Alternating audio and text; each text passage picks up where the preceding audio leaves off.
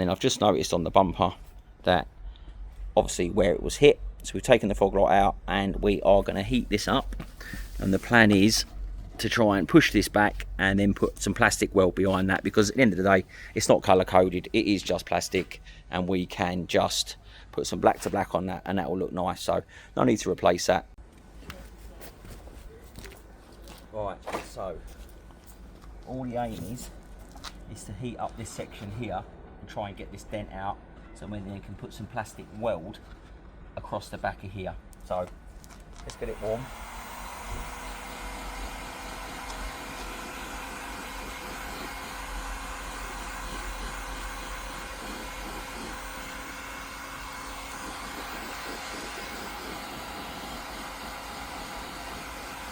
Thing is, you can feel the back when you know it's getting warm enough to be able to move it into position.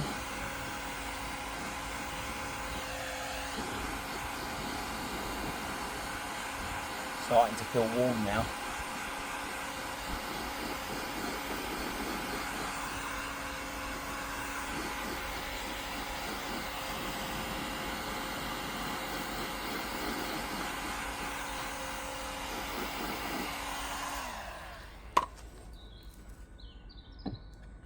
There we go.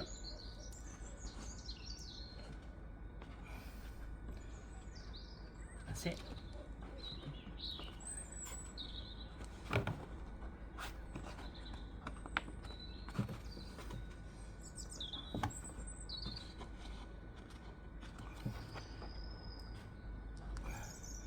Lovely and warm. So have a quick look at this. You see that already? Look at that.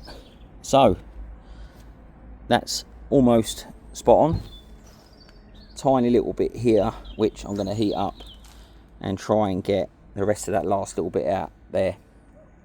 But that would take 30 seconds with a heat gun, so anyone can do it. And then what I'll do is we'll just stick a bit of plastic weld on the back and then job's a good one.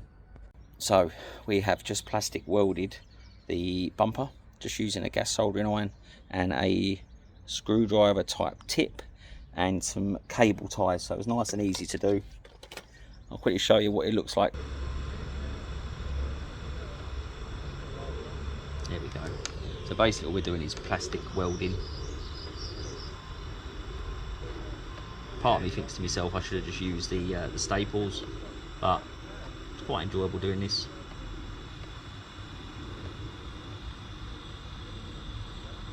So all we're doing is just fusing the two sections together using the plastic from the cable tie, and I'll show you what it looks like once it's done. Quickly show you what it looks like after we've welded it. Obviously stapling it would make it a bit stronger and then doing it, but it was such a nice perfect slice that plastic welding should be fine, but I'll show you anyway. You see that? See how neat that was, because we had actually heated it up and bent it back. So we've plastic welded that there.